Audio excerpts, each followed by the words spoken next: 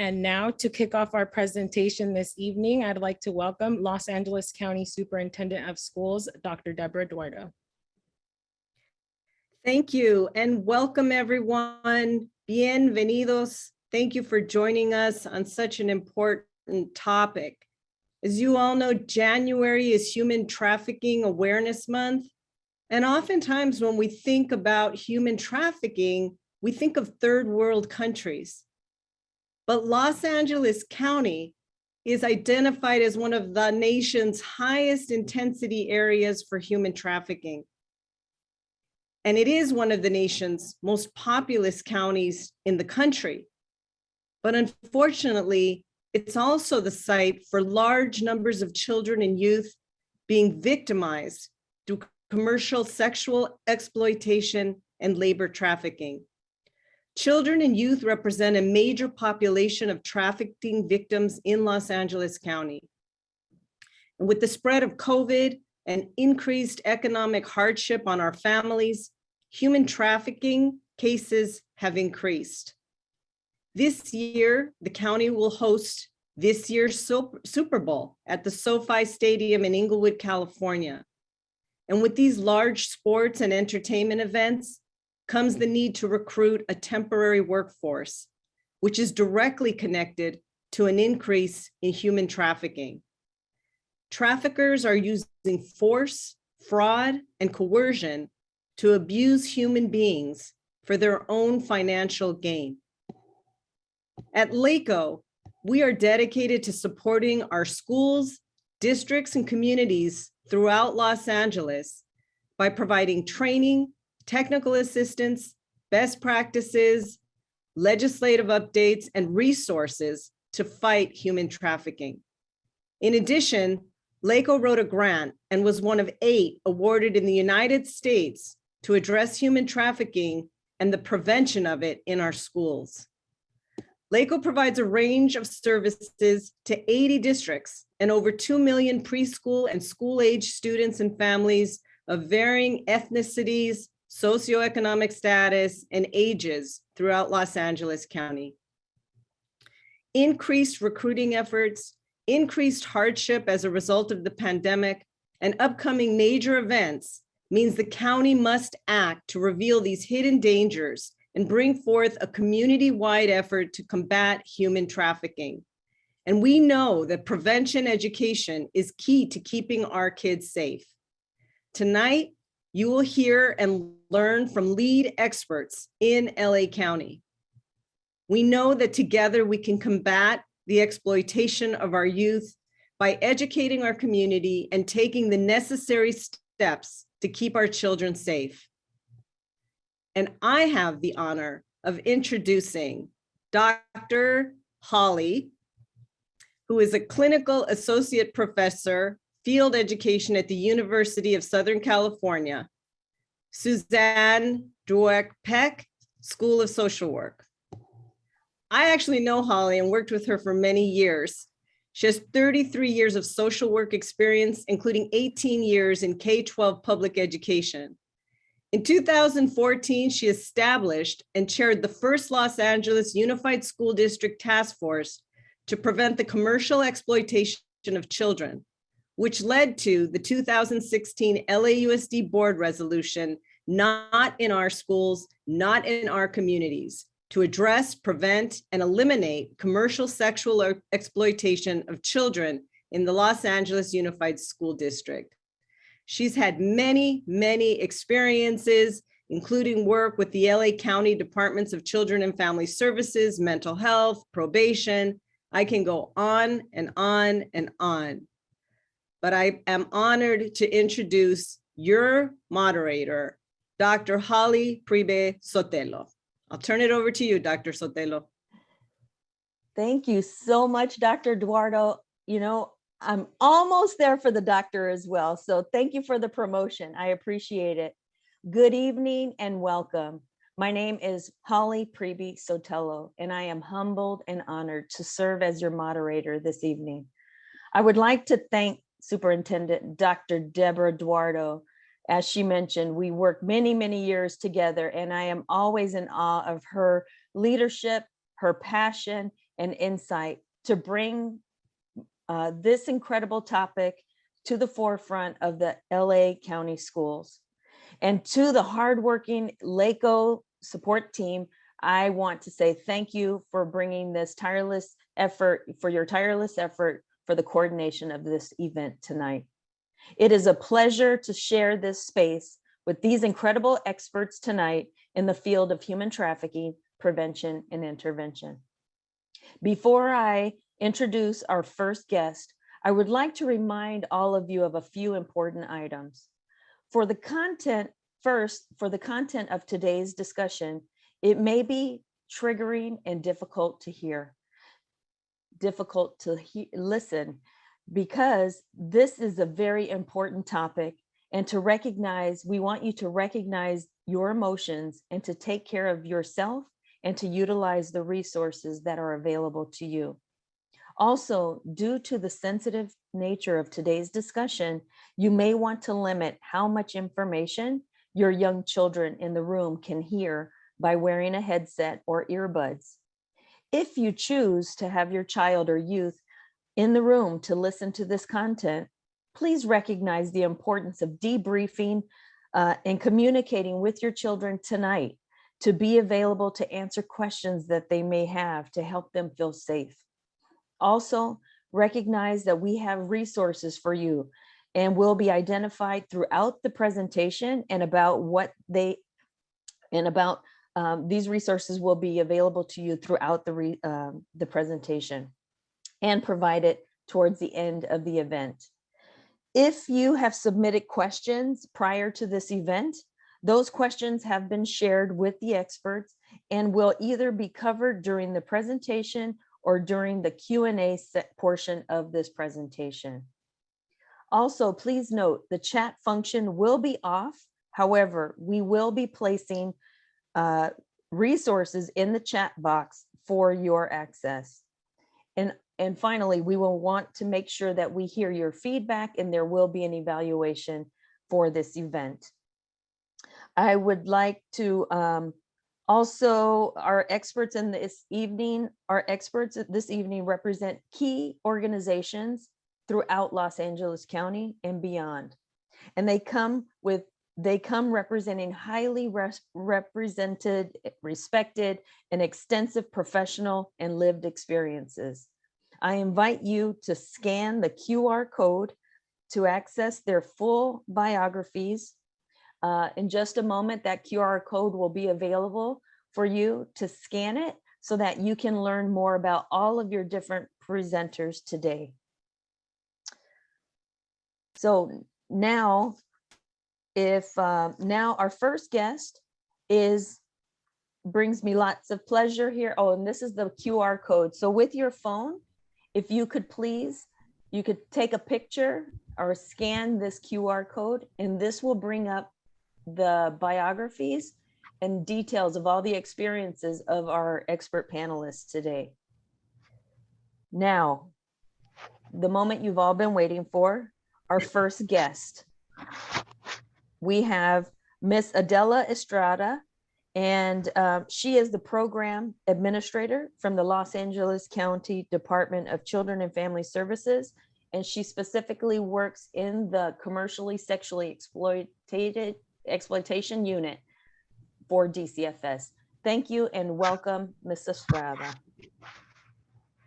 Thank you so much. I'm thrilled to be here today. It's awesome that LACO and all our other partners that are present today are taking the lead in reaching out and doing prevention efforts. I think they're really critical. And I want to thank all of you today that joined to learn more about human trafficking, so that we as a community can better prevent and protect our children from becoming victims of human trafficking in the first place.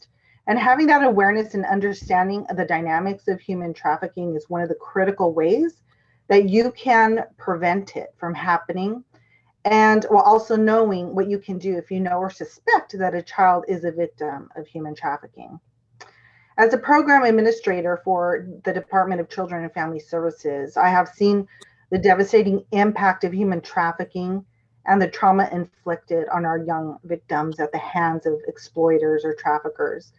And I'm honored to be able to have this opportunity to share some information in the hope that it's going to result in children and youth being diverted from becoming a victim. And that hopefully, as a result of today, more children and youth will be identified early so that they can receive the appropriate resources and support that they need to promote their safety and well-being. It's so critical that we identify kids that are at risk of becoming exploited so that we can provide them that support early on. And I think what's even more important is that as a result of today, please find, tap into those resources that we're going to be showing today and have conversations with your kids about human trafficking, especially with social media being so prevalent. They really are exposed to so much more than they have in the past. And that really does open them up to being at risk when they have access to social media, because we know that's one of the platforms that traffickers use to groom, recruit, and monitor their victims.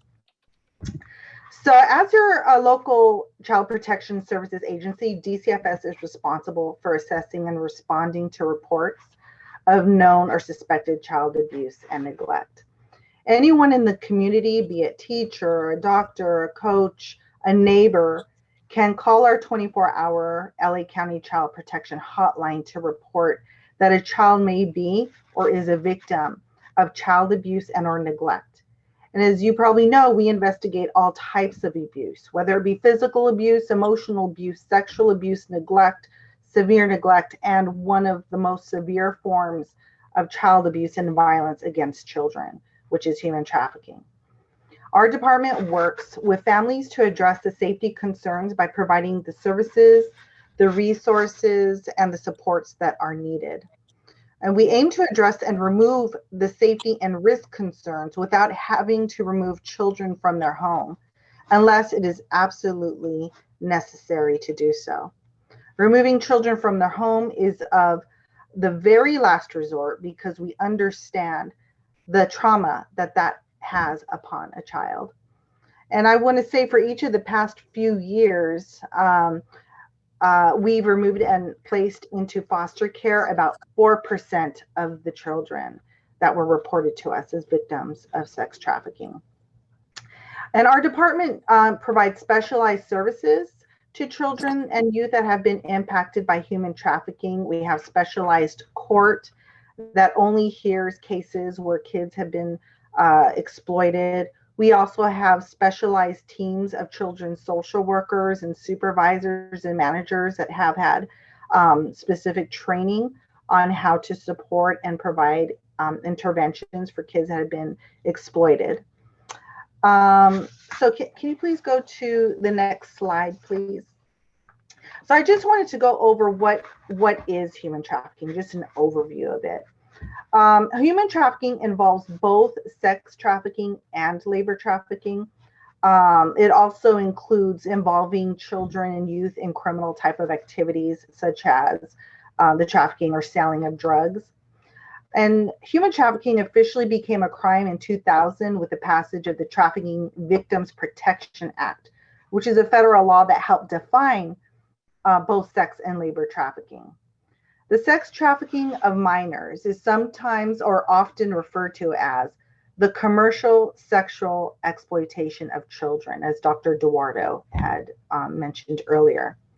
And know that a commercially sexually exploited child is anyone under the age of 18 years old who is having sex for money or anything of value, whether it be food, clothing, shelter, affection, or drugs.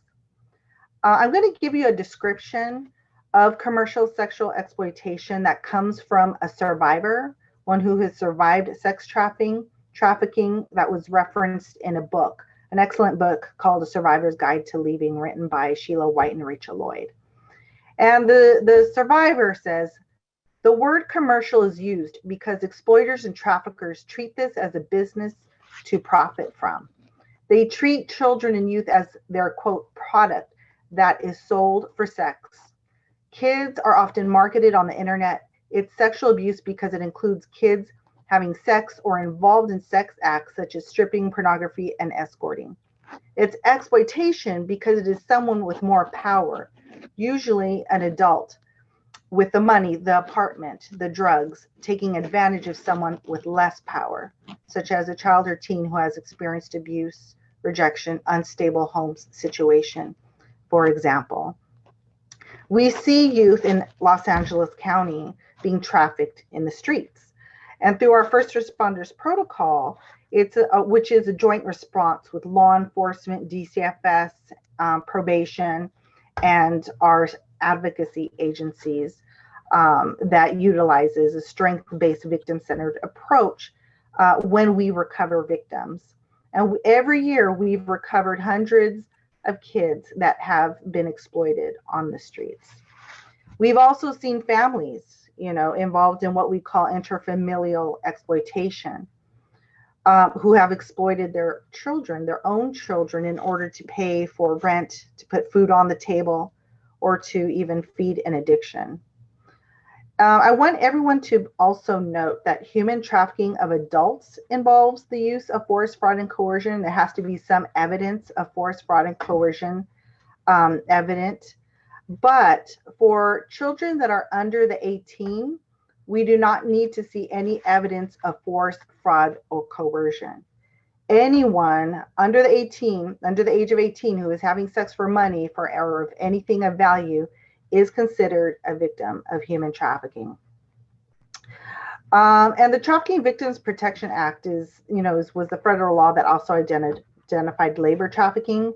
And sometimes you will see that nexus of children being involved in sex trafficking and labor trafficking. We've had some kids come to our attention that may have first started off as selling drugs for a madam, but also eventually became a victim of exploitation. The human trafficking of children is considered a severe form of child abuse, and mandated reporters are required to report this to the Child Protection Hotline or call 911. Mandated or not, we all need to be the voice for children and youth who are unable to protect themselves. If you have questions and need to consult with a DCFS expert regarding whether or not something is reportable, you can call the Child Protection Hotline for guidance. And that number is 1-800-540-4000, and that will be available in the chat. Next slide, please. I wanted to share some data on the number of reports we are receiving for commercial sexual exploitation. You see that the referrals are on the rise. When we first started our commercial sexual exploitation program, we started off at receiving 239 reports of children being exploited. 7 years later, that number has risen to close to 1,000 reports being received. This means that we are receiving not only greater awareness, people are having greater awareness, and therefore reporting it to our Child Protection Hotline so that more youth can receive the supports and the services they need. And these are just the kids that we know about, right? This is just the tip of the iceberg. There's a lot of research out there that shows so many kids are not being identified or reported. Next slide, please. I also wanted to share what some of those risk factors are that are associated with commercial sexual exploitation. And, it's true that anyone can be a victim of human trafficking. All ages, genders, ethnicities, sexual orientation, and socioeconomic status. However, there are certain situations and conditions that do make certain people far more vulnerable than others in becoming a victim. So our data shows that the majority of trafficking victims are Hispanic and African American children. And we also see a lot of children that identify as LGBTQ becoming victims of exploitation. These are kids that feel marginalized or discriminated against or mistreated by their family, their peers at school, or the community, that leaves them more vulnerable to being lured in by a trafficker who's offering them a sense of belonging or, quote, love and support. We know that kids who run away from home due to difficulties with family or abuse also leaves them more vulnerable to emotional manipulation by traffickers. Youth who are living in poverty are vulnerable because of economic need and have basic unmet needs. And basic physical needs can create an opening for traffickers to offer a solution. Or a youth, who just may be running away from violence at home, or running away from, difficult environment home, may fall into the attention of an exploiter. This slide here shows what our department's responses to human trafficking. Our children's social workers who have assessed allegations, they need to determine what level of DCFS intervention and services is needed. So if there is a need to open a DCFS case, but it's found that the youth would benefit from CSEC prevention services, the youth and family can be referred to prevention services. But what you would expect from our department is when we receive the referral, we will have an investigator, a children's social worker, go out and assess the situation. So they'll work with the family, they'll work with other contacts to assess what may be going on. Then the ER worker or emergency response worker who does investigation, they have to determine within a 30-day time frame to assess and make a decision as to the type of services. And I want to say that DCFS works in collaboration with law enforcement officers to assess and investigate the allegations of exploitation. We work with Department of Mental Health, Department of Health Services to help us with assessment. There's just a multidisciplinary approach that we take whenever we're assessing what the needs are of the child, to make a determination of whether or not exploitation has occurred and whether or not there are other forms of abuse present. So it's real critical in the work that we do is to have that collaboration and partnership in order to really figure out what will be the best approach. How can we best engage the child? Because as you can imagine, a lot of children are not so open, right? A lot of them have good reason to not trust adults because a lot of the kids have already experienced previous abuse and neglect. When we look at those referrals that came to our attention, about 85% of our kids have experienced previous abuse, most likely sexual abuse at a young age, typically at 5 or 6 years of age. Next slide, please. And so once the worker assesses, they need to determine what is the level of intervention that's required. We may or may not open a case. If we find that the child is at risk of commercial sexual exploitation, has some of those indicators that Amber Davies from Saving Innocence will describe later. If we see those indicators or those risk factors, we as a department may refer that youth and that child and their family to what we call CSEC prevention services. That's provided through our contracts with Saving Innocence and Zoe International. Those are two agencies that work closely with our youth and our experts in the field of trafficking. And through the CSEC prevention program, which we just started, we just launched the end of last year, it's important to have it because the prevention program has advocates and survivor advocates in that program that are committed to building a trusting relationship with the youth. And by building this trusting relationship, the youth learns about the positive, healthy relationships, become open and more willing to receive the support that they need. And they are also able to provide psychoeducation to the parents so that parents have an understanding of what human trafficking is comprised of, the dynamics, and what they can do to divert their child from becoming victims of exploitation. Now, if there's a greater risk or greater safety concerns, we may rise to the level of having an open case. And we may petition our dream court, which is our specialized court, in order to provide those services in a more intensive level of services. And in our dream court, we have a multidisciplinary team that works together in assessing, in doing case planning and interventions together. And then we also have restoration funds that are available for kids that have been exploited. So if they have a goal to do something to help build their social support network, we have restoration funds for them to join a club or join the gym or whatever it may be. So it's really about taking a look at children's strengths and building upon those strengths. We also, for those kids that come into care and may run away, a lot of the kids that come into care may run away, or chronic runaway youth. We do have locate and recovery services, contracts with LAPD, as well as the LA Sheriff's Department Human Trafficking Bureau, to help us locate, recover, and support those youth that are missing. And we provide youth also with, family support services, family reunification services. So if a child does need to enter foster care, we will provide family reunification services so that the youth and the family have time to address whatever safety and risk issues were there that brought them to the attention.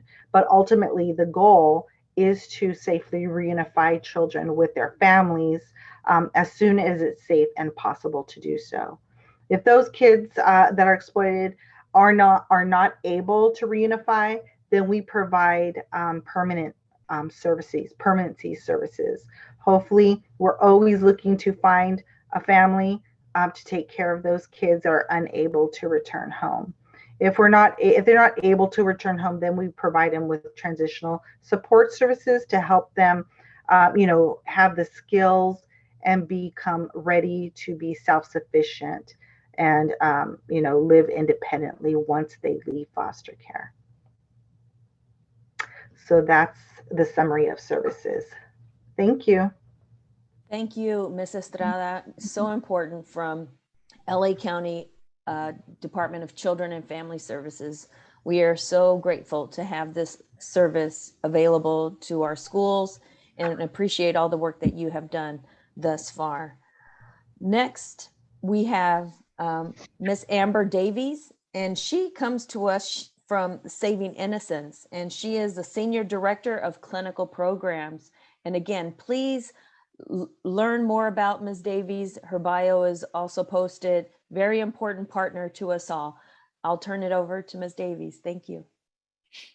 Thank you. As you said, my name is Amber Davies. I am the Senior Director of Clinical Programs with Saving Innocence.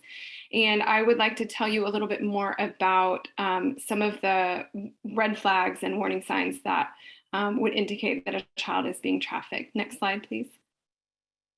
So as Adela talked about some of the vulnerabilities, I won't reiterate them, but what I will say is mostly that traffickers are looking for vulnerabilities. So if you as parents are looking for some of the ways that your child might be vulnerable, they're here, but sometimes you can identify the ways that your child is vulnerable as well in terms of the time that they spend online, etc.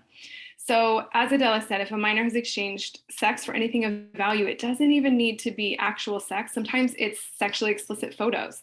And they could be asked or pressured in terms of what they need to be posting. Some of the more visible signs would be visible signs of abuse, unexplained bruises, black eyes, cuts, or marks, and they're not really able to explain exactly how they got them, or you don't necessarily believe the story doesn't add up. They may exhibit fear, anxiety, signs of depression, and it doesn't really make sense to you. They may have an attitude of submission. There may be tension in a relationship or nervousness that's new. They may exhibit hypervigilance or paranoid behavior. And if they have relationships with adults or older men that don't necessarily feel right to you. Next slide, please. There may be evidence of controlling or dominating relationships. There could be unexplained shopping trips or possession of expensive clothing, jewelry, or a cell phone. that maybe you didn't purchase for them or you're not sure how they got it. That could be the manipulation of an exploiter. That could be how they are bribed into a situation, essentially. If, for example, they're not in control of their own money, they may use lingo or slang from what they call the life. And that's just one of the slang terms that they would use to refer to it among their peers, or they could refer to a boyfriend as a daddy. Oftentimes that could be the language that would indicate exploitation. They may be secretive about their whereabouts, not telling you the truth about where they are, or not willingly disclosing where they are. If there's unaccounted for time or vagueness concerning their whereabouts, or defensiveness when you ask, that could also be an indicator. Next slide, please. If they're wearing sexually provocative clothing or new clothes of any style, getting their hair or nails done with no financial means to do so, that could be an indicator that somebody else is giving them money for something that they're doing. A tattoo, which he or she is reluctant to explain. One of our colleagues would talk about how she was 12 or 13 years old in her middle school, and she showed up with a new tattoo on her neck, and nobody asked her about it. So if you're an educator, I encourage you to pay attention to those things and ask kids where they came from. If there are personal information that they're sharing, such as their name, their age, or date of birth, if it changes with the telling of their story, or the information contradicts itself, they may be being asked to lie by a trafficker about their age, for example. If some of their art, like if they're doodling in the class, or if they're writing poetry, some of the elements could depict sexual exploitation or the commercial sex industry. And some of that is a challenge to identify, just because a lot of it is so embedded in our culture. But if it's something that's new or that you have not expected or seen before, that could be a sign as well. And obviously in the school settings, if doctors or nurses could consider frequent or multiple sexually transmitted diseases or STDs a warning sign as well. Next slide. If kids, and this is something that Adela hit on, but if they are experiencing homelessness or displaying runaway behaviors, that could also be a sign they're running away from their home or something that would put them at risk of being approached by a trafficker. If they're living in a group home or care facility or a youth shelter, a lot of times those are places that are targeted for sexual exploitation. Truancy or tardiness from school would also be a potential sign. And then any kind of family dysfunction. So if there's any abuse in the home, whether it's emotional, sexual, or physical, there may be some neglect. So a lot of times kids might say that their family wasn't paying attention to them, but a trafficker was. That could also be a sign or a risk factor. And the absence of a caregiver. We've had kids that end up being sort of the latchkey kids. So we would want to just pay attention to how much attention kids are getting at home. And obviously if there's substance abuse in the home, it's a major risk factor. Next slide, please. Next, I want to talk about some of the pathways of entry. And obviously with the pandemic and a lot of the kids doing remote learning, any of the social media accounts, if kids have access to the social media accounts, a lot of these are ways in which traffickers will access youth. And so if you've ever been on social media and you've had a random stranger try to add you as a friend, that's exactly what happens with kids. They could be thinking that they're talking to a 17-year-old, but really they're 35. Next slide. Another pathway, which is also sort of a risk factor, is any youth who may be experiencing homelessness due to their sexual orientation. So in this example, Eric's parents found out that he's gay, is rejected by his family, kicked out of home. He ends up homeless, and then he has no way of getting his needs met. And if he's approached by a trafficker, that's very easily one of the ways that exploitation can happen. Unfortunately, we also see family trafficking, family pimping. And so if there is a family member, as we talked about, who may be abusing substances, or maybe she just simply doesn't have enough money for food. I do think that with the pandemic, a lot of people are struggling. And so we have had families that sell their children, if you can believe that. And so that's another way that people are getting their needs met.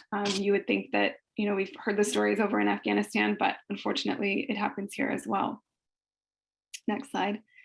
As we mentioned earlier, the peer recruitment aspect, where if there are youth who are living in a foster home, they might be foster brothers, they can't get their needs met, or they want to buy nicer shoes or nicer things than the foster family can provide. There may be a foster brother peer that tells him he knows how to help him make money, and then he basically introduces him to somebody who was willing to purchase basically such sexual favors. It's another pathway.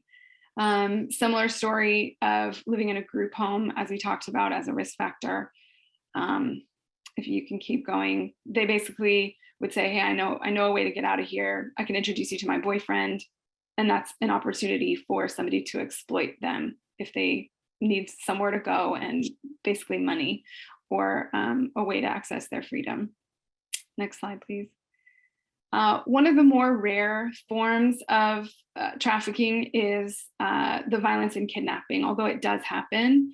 But you hear about this, and sometimes it can happen in the movies. We've seen it, but it has happened. And so being aware of the routes that children are walking to school, there are random people who will threaten them if they notice that somebody looks like somebody that they could sell. Next slide, please.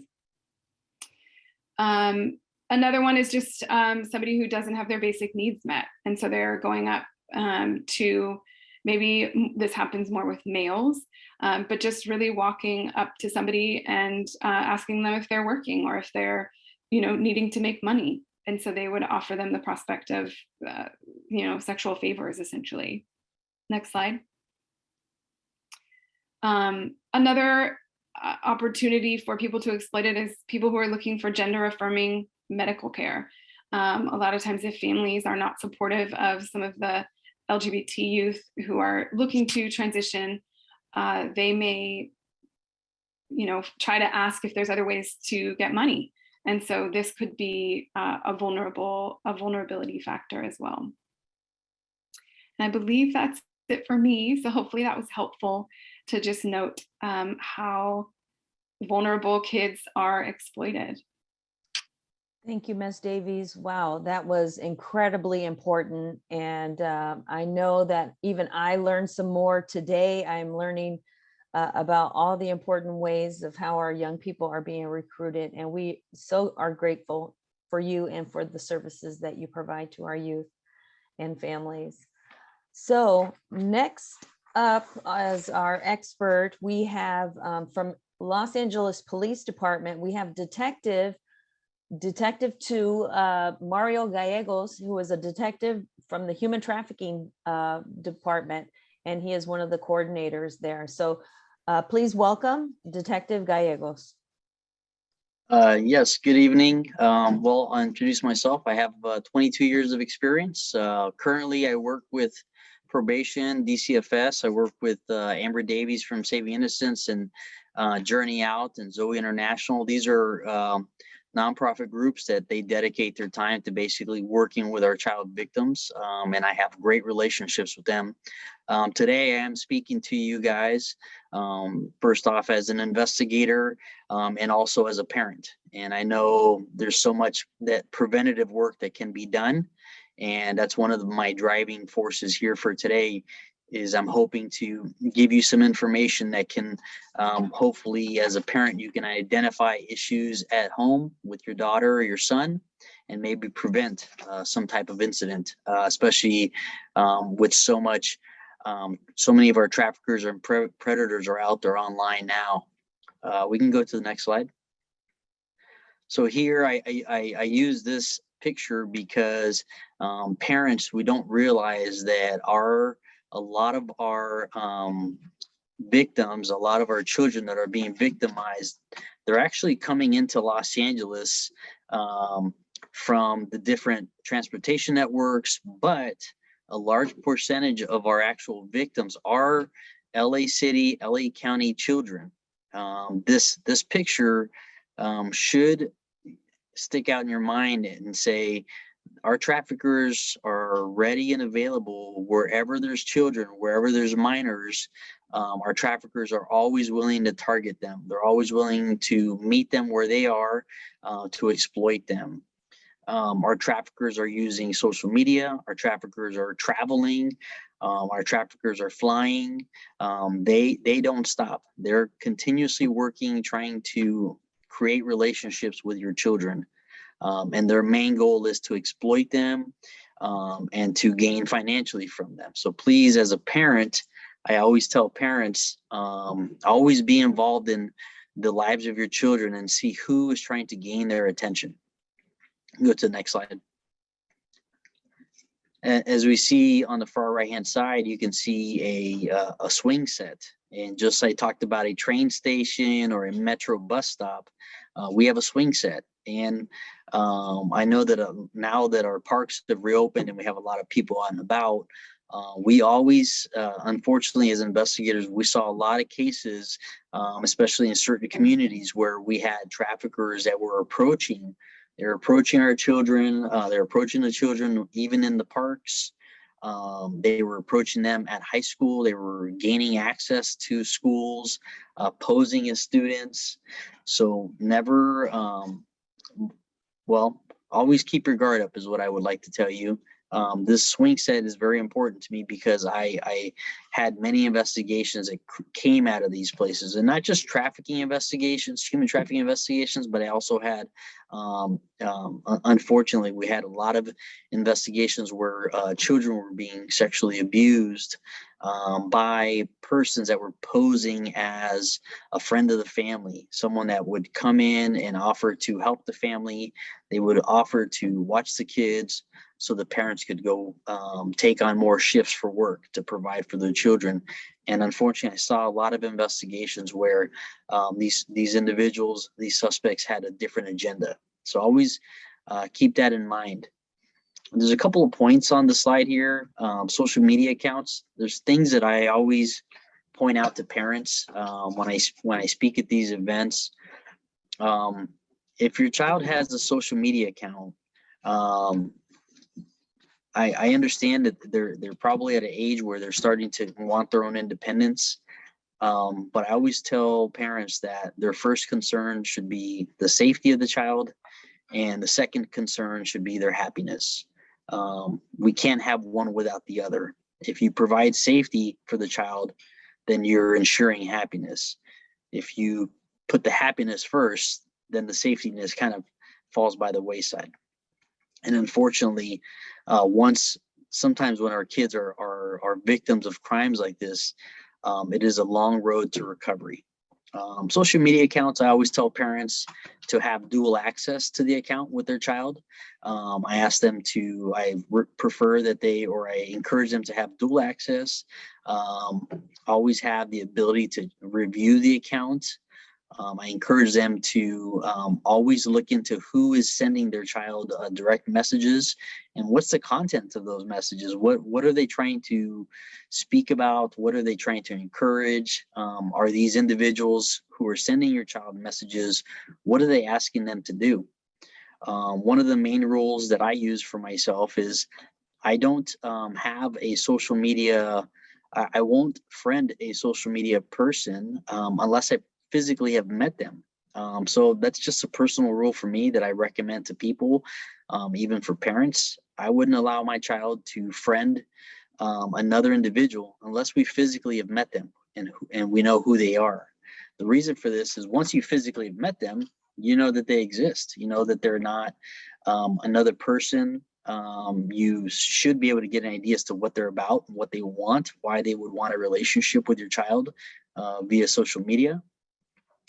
Also, as a parent, I tell other parents to put on the settings regarding the social media accounts. Your social media account as a child, if you have one, should not be public, because that just allows anyone to send you a friend request, and that's complete access to the internet. And our traffickers, what they do is they send out one message to 1,500 individuals. and then they wait and see what the responses are. And those messages are, they're preparatory messages that they're sending to see who's interested, which child is dealing with certain issues at home, which child is vulnerable. And then they key in on that child and start to groom them, start to speak to them, and start to gain access to them. So I always tell parents to have their children set their accounts as private. That way they can vet who is watching their postings and who they're speaking to. We can go to the next slide, or actually, I'm sorry. So this is a quick, so cell phones and website access. I always tell parents that I recommend that they have dual access to the phone. We shouldn't be having separate passwords. A cell phone, a complete access to social media and the internet can be very dangerous. There's a lot of great things. There's a lot of great information. There's a lot that can be learned from the internet and having social media accounts, but it is a double-edged sword. You're absolutely allowing an open door access to your child. And so I just recommend to parents that there is moderation, that there's transparency, that there's dual access. You should be able to access your child's phone at any time, just to monitor, to go back to safety. Your first priority should be the safety. The second priority should be their happiness. Another thing that I always recommend is there are applications that you can purchase and subscribe to, and those applications will give you the ability to shut down a device, shut down an application. They can even shut down the device at a certain amount of time during the day, and which basically gives you control as to how much access the child has to the internet, and how much access the child has to the actual device. And so I recommend that. They're not very expensive. They're relatively easy to use. I use them at home with my own children, and I recommend it. They're kids. They're gonna be curious. They're gonna be hitting buttons, and they're gonna be fascinated by everything that they can watch and read and see. And it's our job to minimize the damage or control what is coming into their eyes. We can go to the next slide. So here, I spent about 5 years overseeing a squad of investigators. We handled roughly 120 cases a year, and that was 120 cases of human trafficking against children. And a lot of the investigations came through these applications. A lot of our traffickers were using these applications to speak and try and groom and manipulate our kids. So I would just like to share this with you guys as parents. Be very mindful of what applications your children are using. Next slide. So this is just a progression of an investigation that I had with a young lady. Just so you can see, there's a progression of dress and just demeanor. This is a progression of a young lady that was being groomed by a trafficker. Towards the end of the investigation, we went from a good high school student to a child that had left her home, a child that was now heavily tattooed, dressed provocatively during our contacts, and ended up being the victim of human trafficking. In the center is the picture of her trafficker. And unfortunately, this is a young man that was just normal looking to us. So you never really know who these traffickers are. I use that as a progression of what happened in roughly an 11-month period with this young lady. Next slide.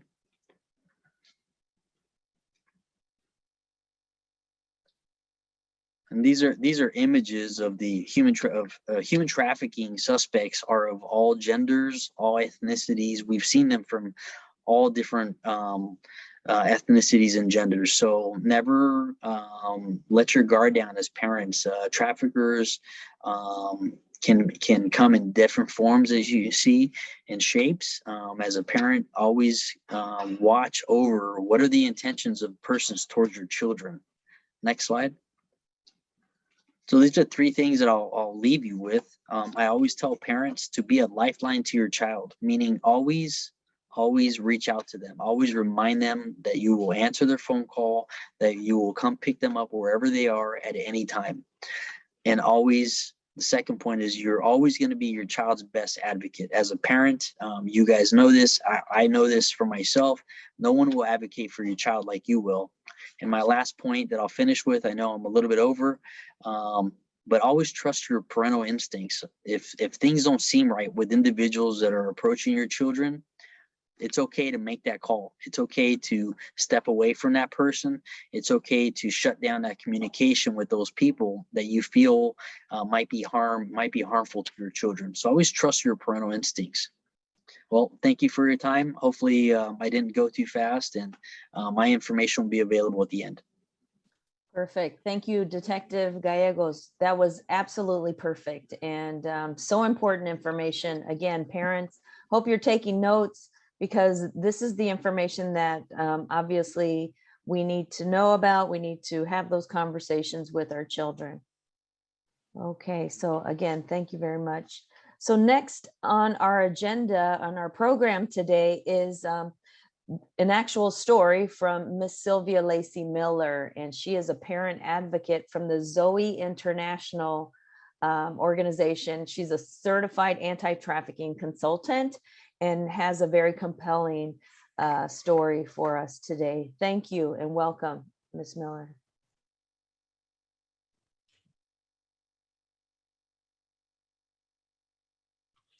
Hi, and thank you for having me today. So I am a parent advocate for Sowers International. I've been working with Sowers for the past 2 years, and I work with parents providing support and sharing my experience with them to give them a hope.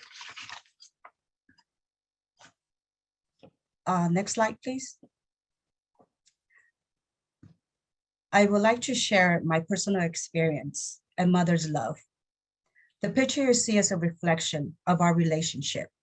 My daughter and I did things together. We went shopping, we would go out to eat, we went to places like the park, we talked, we laughed, we played. We listened to music. The beach was one of our favorite places. We had a close relationship. But one day, all this changed. It all came to a stop. My daughter was lured into human trafficking at the age of 14. It all began when a friend from school that I knew well, at least I thought I did, she invited her to her birthday party. It was at her grandmother's place, who lived in my apartment complex in a different unit. That is where she met her first trafficker. The grooming started. I had no idea this had taken place. As days and months went by, I started seeing changes in my daughter's behavior. My daughter had lost interest in school. She would miss class. She eventually stopped going. She wasn't asking for permission to go out anymore. She would come home high on drugs. She started stealing from me. She would fight with her siblings. As soon as her phone rang, she was out the door. She would stay out all night and return home the next morning. Sometimes she wouldn't make it home. She had new friends who were older than her. She started coming home with expensive shoes. We would argue a lot, fight most of the time. She would leave for days, days turned to weeks, and weeks turned to months. She was out of control. When my daughter would come home, I had mixed feelings. I was happy she was home, but angry at the same time. I would yell at her, asking her, "Where have you been? Where were you? And what were you doing out all night? What were you thinking?" As time went by, I noticed our arguing, fighting, and my expectations. I was pushing her away.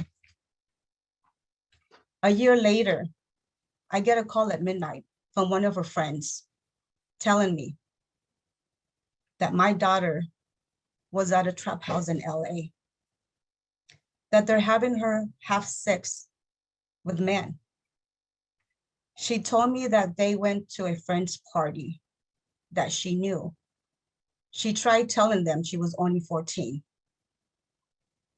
And that, she tried to stop them, but they won't listen to her.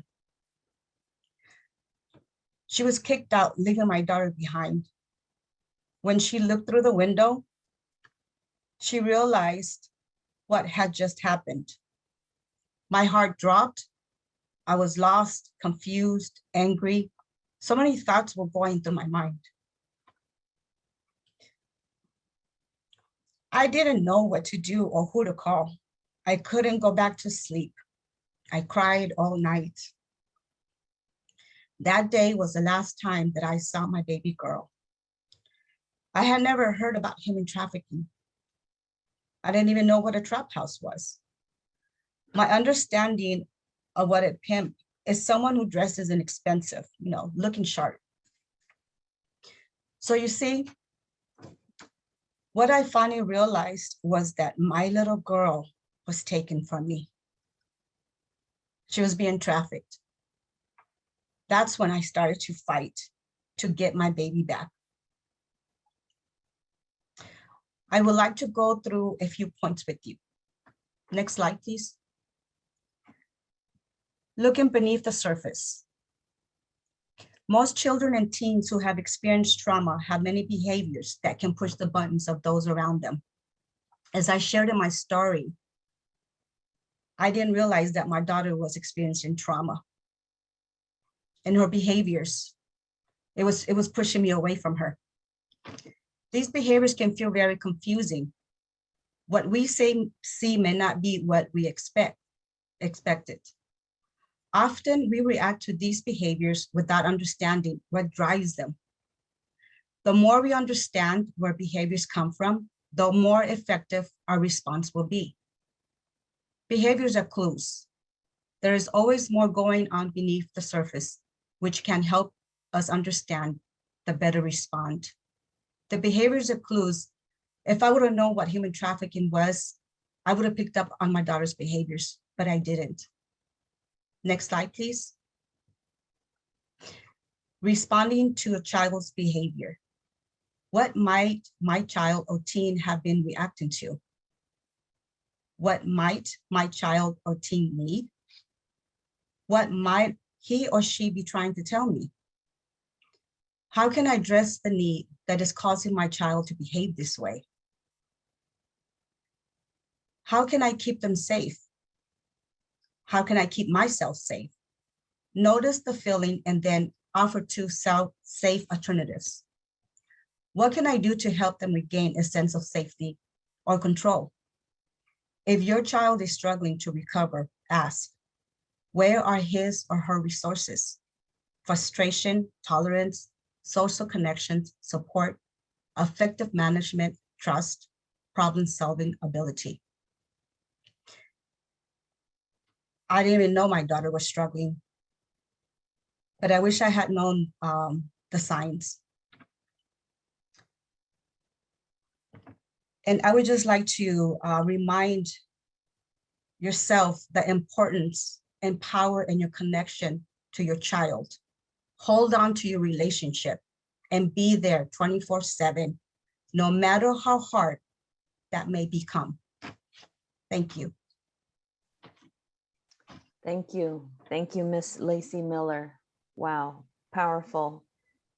I wish I could reach through this laptop here and just offer you the biggest hug ever. Thank you. Thank you for your story and for trusting us and for being vulnerable. Okay, so next on our program, as you can see, the continuum of all the different stories and support services. And now our next guest, our next expert comes to you with an equally powerful story and information. And this is our very own Miss Rachel Thomas. She's the director of the Sowers Education Group. Welcome, Miss Thomas. Thank you. Thank you so much. And thank you again to Sylvia for sharing. That is a powerful story, and it helps give me insight to what my parents may have been going through or even still kind of think about more than I even know. My name is Rachel Thomas. I am LA County native, both student and a former teacher at Crenshaw High in LA County. Graduate of UCLA, go Bruins. And so this is my hometown, and I know that human trafficking is happening here, and we also have a lot of amazing people fighting on the front lines, and we're equipping parents and teachers and social workers and every caring adult to really wrap our arms around our kids. So thanks for being here. I have a few things to share today. One, I'm going to share parts of my story as a teaching tool for every adult on here to have a human face and a human connection with how someone can become a victim of human trafficking. And I also have one important takeaway to share that is going to echo some of what you've heard and put a little spin on a resource that you can take with you today. The bullet pointed version of my story, of course, every survivor has a story, and mine started when I was a teenager. And I'm going to just give a quick 5-minute version. And when I list a red flag, I'm going to hold up actually this orange, because when we're talking about coercion and the lure, and as Amber said, it's not always being kidnapped and thrown into a van and, tied up. It's a lot of times a step-by-step coercion, manipulation, and allure. So the flags aren't always bright red. Sometimes they are orange. So when I was a teenager, a man approached me and he told me that I was beautiful and that he could jumpstart my modeling career. And he promised to make me a star, promised to do more for me than anyone else had ever done. And he saw a future brighter than anyone else could see for me.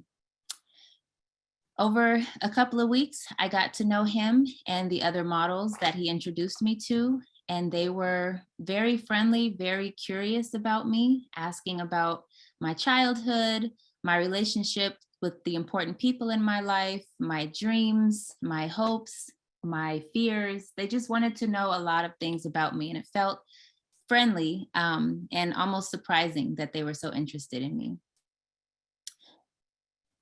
After a couple weeks, he got me a paid modeling gig. And on the set of this paid modeling gig, the modeling agent, his name was Mike, he asked me to fill out a W-9. And I had worked at the Y before. And so I knew what that was, that one page that an employer needs in order to pay you. And so without question, I filled out that entire piece of paper, the tax form. And on there was my full name. I put my social security number.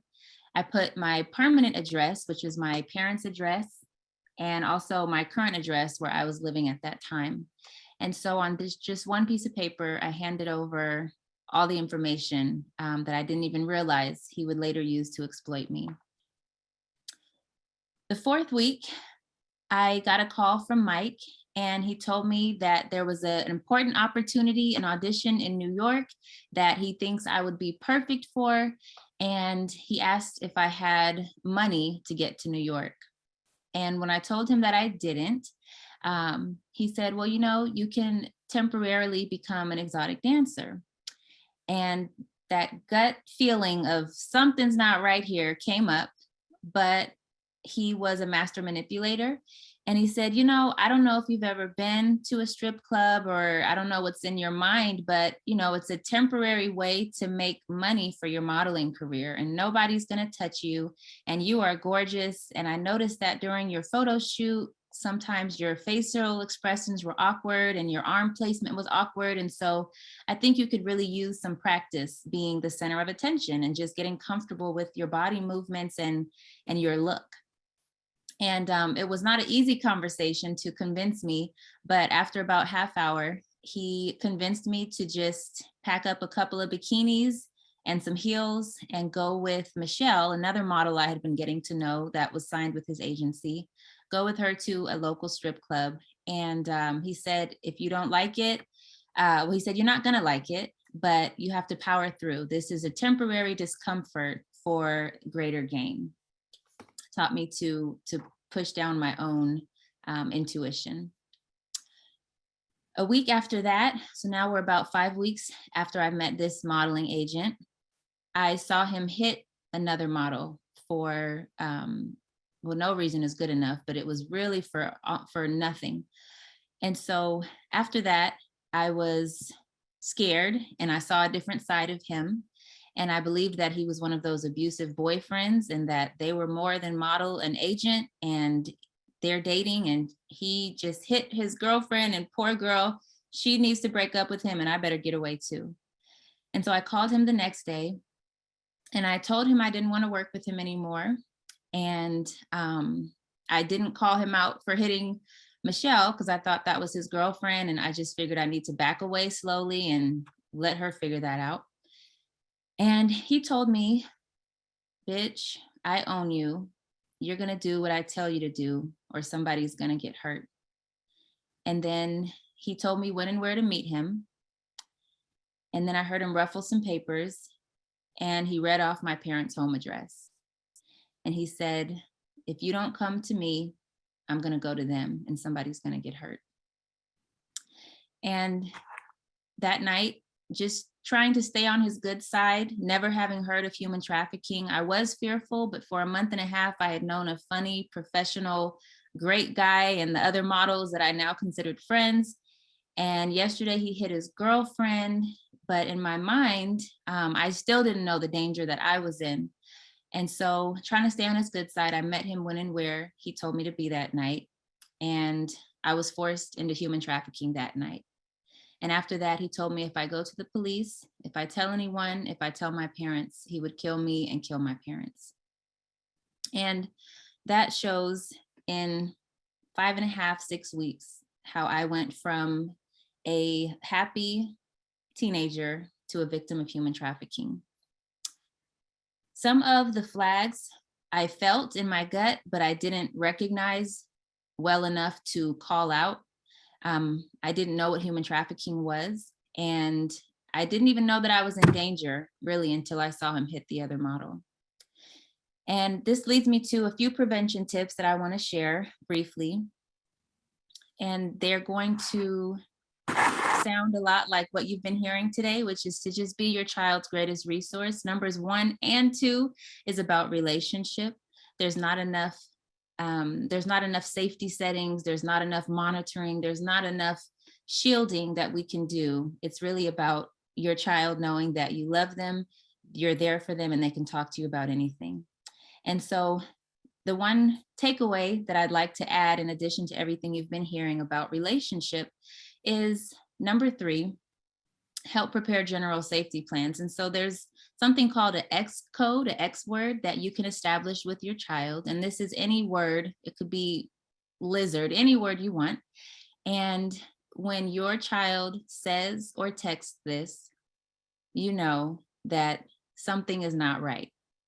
And this could be if they're at a party and you get, they're in front of people, or they don't have time to explain, or they don't have the words to explain, but something doesn't feel right. This is that code word that only you and your child know, and they know you are alerted and you're going to be right there as fast as you can.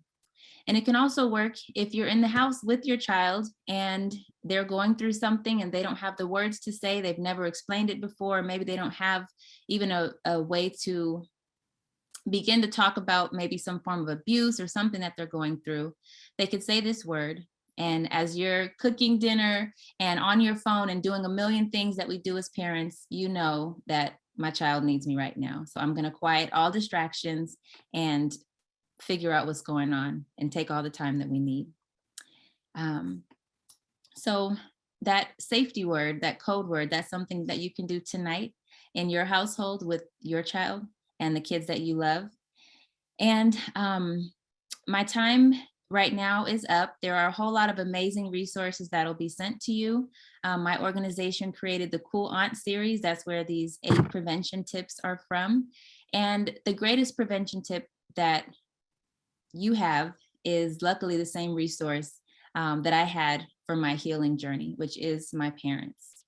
I was trafficked for about a year, and in addition to police and nonprofits, my parents were my greatest resource.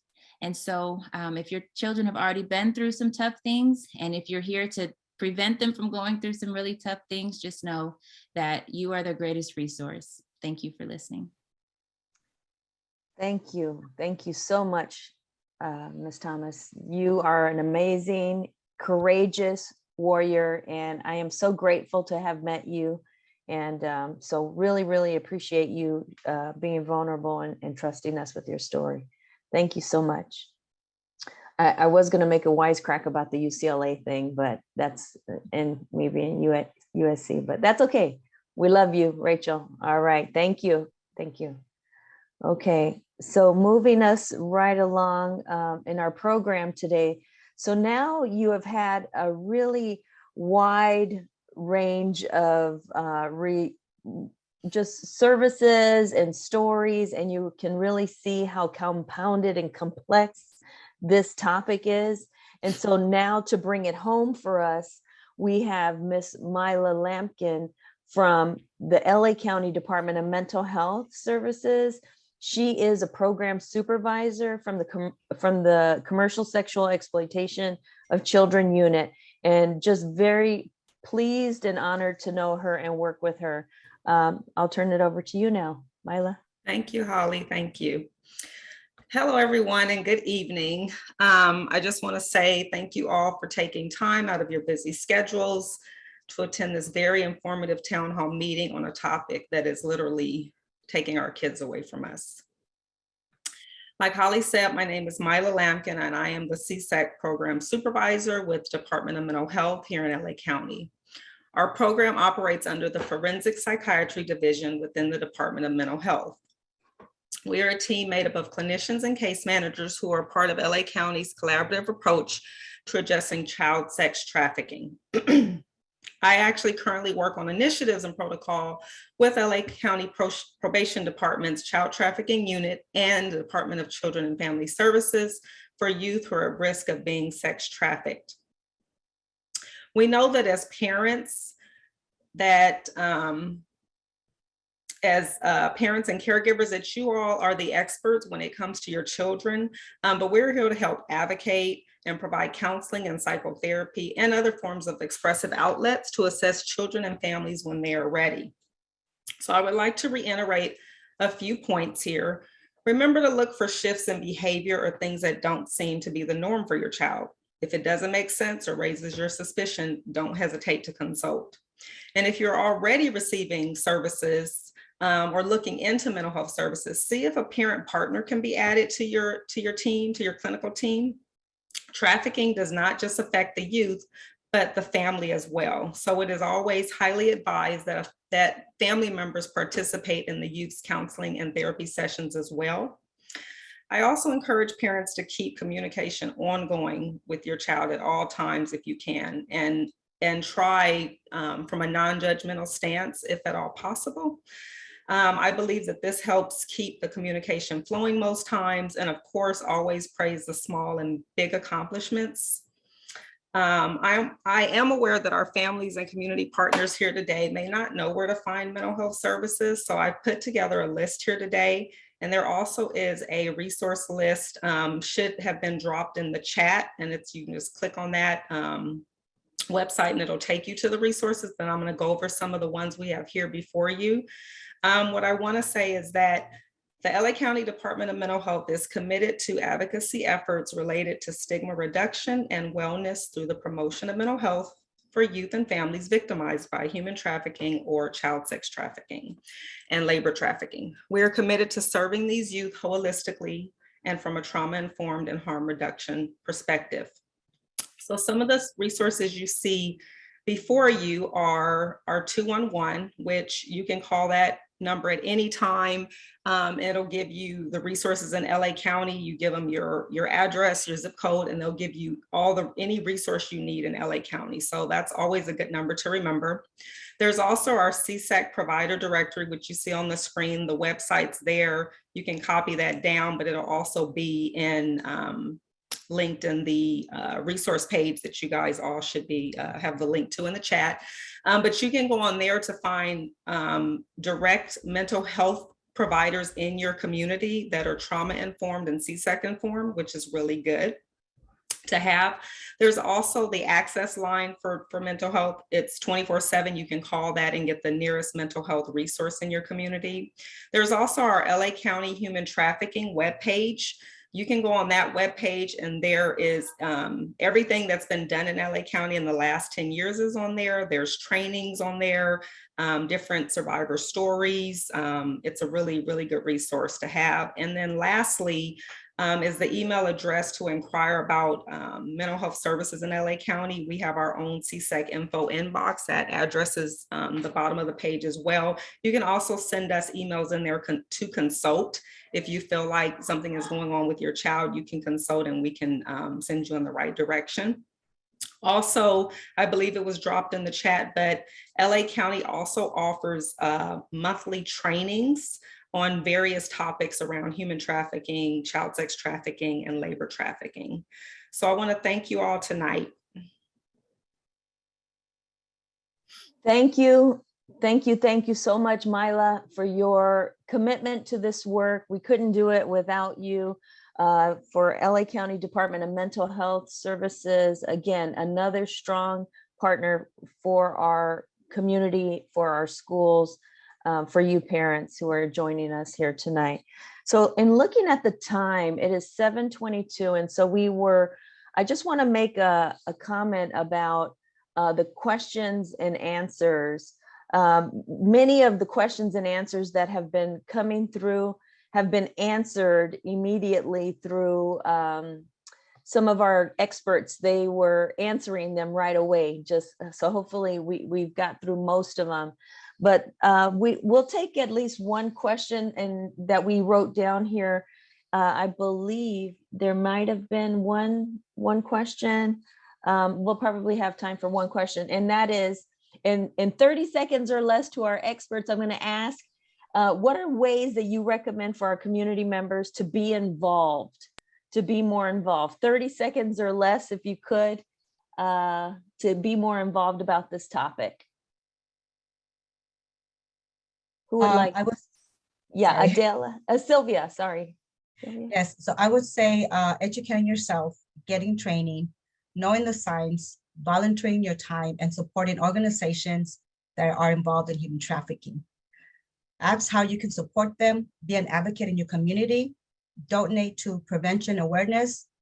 Donations can be used to create educational programs for parents and children on the dangers of grooming and trafficking. Thank you so much, Sylvia. Anyone else? I mean, I know that we really have answered a lot of the questions here tonight.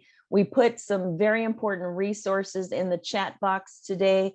We do recognize that it is a work night, but I'm going to see if any one of our other panelists want to try and answer that question about recommending what community members can do to get involved.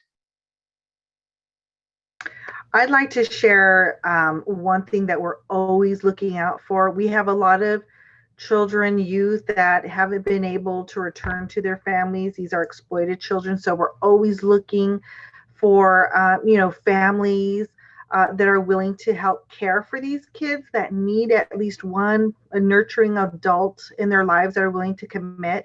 If you want to learn more about becoming a foster parent for our kids, please visit LA County DCFS, and they'll give you more information on what it takes to become a foster parent.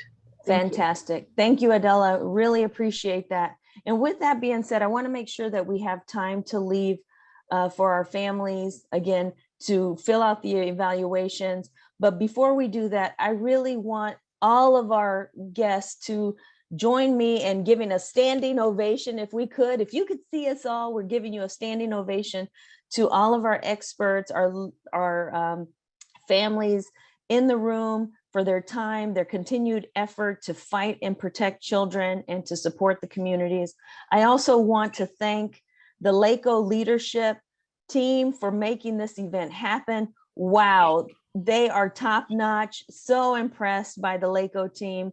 And I want to especially include thanking Zueli Solares, who is our Spanish interpreter tonight. Incredible. She was simultaneously interpreting everything that everyone was saying. Thank you, Zueli. Sending you big hugs. there. To all the parents and caregivers, service providers, and youth who joined us in this fight tonight, I encourage you to not keep this information silent, but to share everything that you learned here today with everyone you meet, including your families.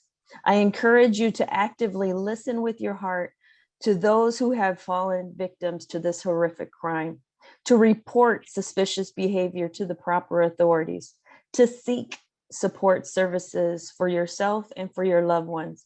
Or you could host maybe a training for your local community group, pass out flyers, join an organization, donate to a nonprofit organization. The ideas are limitless. Please utilize the resources that have been made available to you.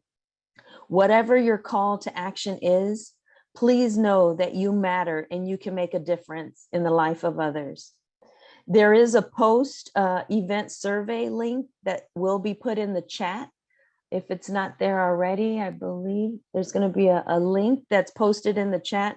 Please, please, please take a moment. Please fill that out. We do welcome your feedback, any recommendations. This is the first inaugural event that LACO has hosted on this topic, to my knowledge, and what an outstanding job. Finally, please take some time tonight for self-care.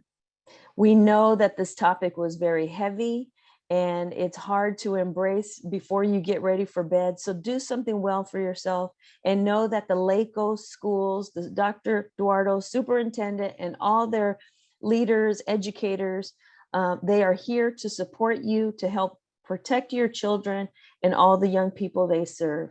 So with that, I'd like to see if Dr. Duardo would like to say any final comments or anything, because I want to say good night. You know, I just want to again say thank you to all of the experts and everyone who shared their story. We have a lot of work to do across the country, but a lot of work to be done in LA to make sure we're protecting all of our children. So thank you. And thank you, Holly, for facilitating and doing such an excellent job. We've got a lot of work to do, but we have great people that are willing to do the work. So thanks everyone for joining us. Good night. And please fill out the evaluation. Thank you, Dr. Duardo. We'll see you soon.